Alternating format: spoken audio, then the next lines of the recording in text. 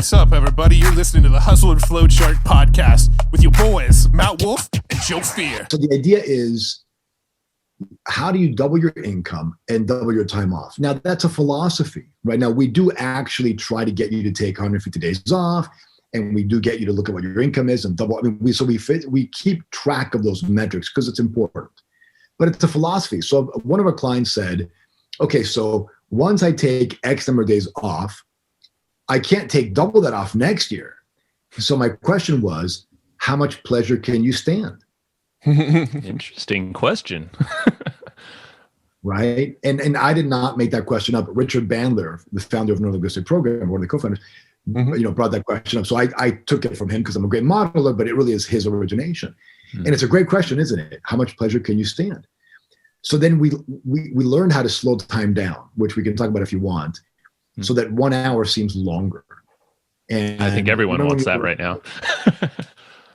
Do you remember when you were a child and you went to play with your buddies? Now, I don't know how you guys play with your friends, but we'd get our bike and just go down the street and, go to Johnny's house or what. Okay. Yep. And summers lasted forever and days were super long. But now you wake up and you're like, where did they go? Right? Yeah. And that's a terrible way to live, right? So what we've done is we figured out how to slow the day down. So it's like when you're a child and it's like you put a week's worth of experiences in a day. And that is a very trippy thing. So give us we got to get into that. I mean, do you want to start there with Marx? Do you think that's a good spot? It seems like a good tease, and then we could talk about the principles after this, huh? Sure. So all right, so let me give you where I first heard this, right? So there's a guy named Dan Inosanto. Dan Inosanto was Bruce Lee's best friend and protege, meaning the one guy that Bruce Lee loved the most and hung out with and taught. And we studied with Dan, meaning I studied with Dan for about 10 years, martial arts, many, many years ago. I just turned 51, and I was with him from about age 18 to about 38. Wow. So anyway, so Dan said he once asked Bruce Lee, he goes, dude, how are you so fast? And Bruce Lee goes, I am not fast. I simply slow time down. And the guy's like, what? Like, what do you mean you slow time down? So Bruce said, as you see this, and my hand kind of claps to the hand, right? It's not speed. He said, Bruce, he goes, I would see this. So he could slow it down. It's like Matrix bullet time. I was just thinking that. But here's the key. Have you guys ever been in a bicycle accident, motorcycle car, or a situation where time slows down? Oh, yeah. Right? Like, when I was in a car accident, everything was like slow. It was like, oh, real slow. Or a bike accident. So what's happening is your brain hyper focuses on everything around it. And that makes the perception of time slow down.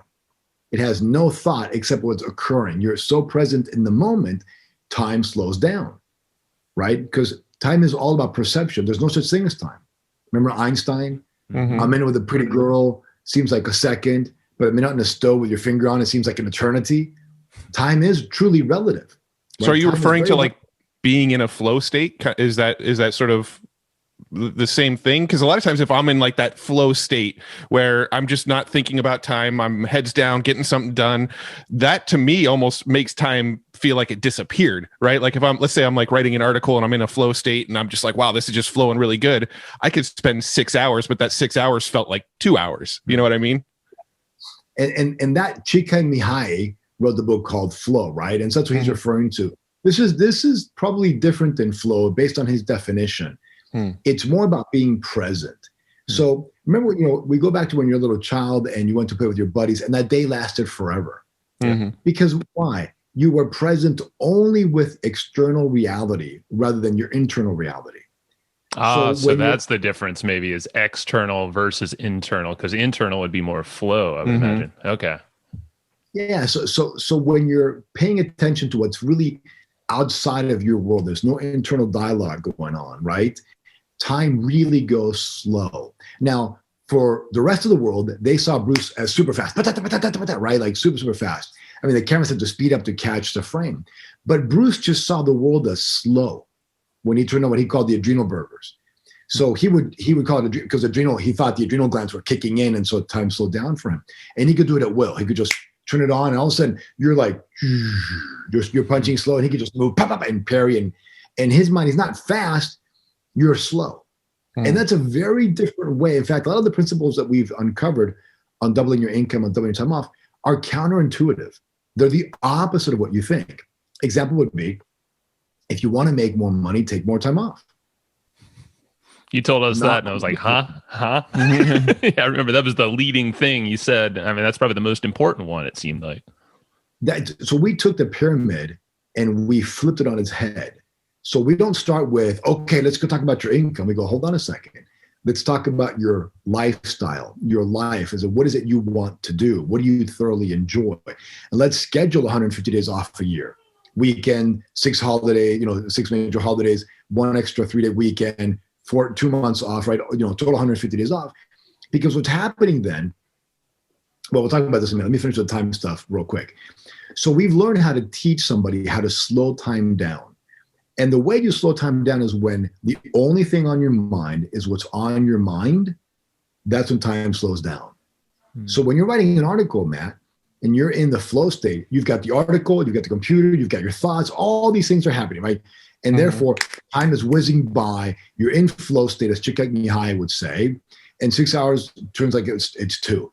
But that's an outcome process, right? Meaning, I got my article written, and boy, that really didn't take as long as I thought it would take. So you feel good about it. I don't want that. I want wow, man, I wrote the article in 1 hour, and it seemed like it was 6. Right? Because if I'm thoroughly enjoying the article and I'm present, doing what it is I'm supposed to be doing, I wanted to go slow and then look at the clock and go, oh my gosh, it's only an hour? So I don't want to finish the article in 6 hours. I want to finish it in 1 hour, but think it took me 6 hours because I thoroughly enjoyed it.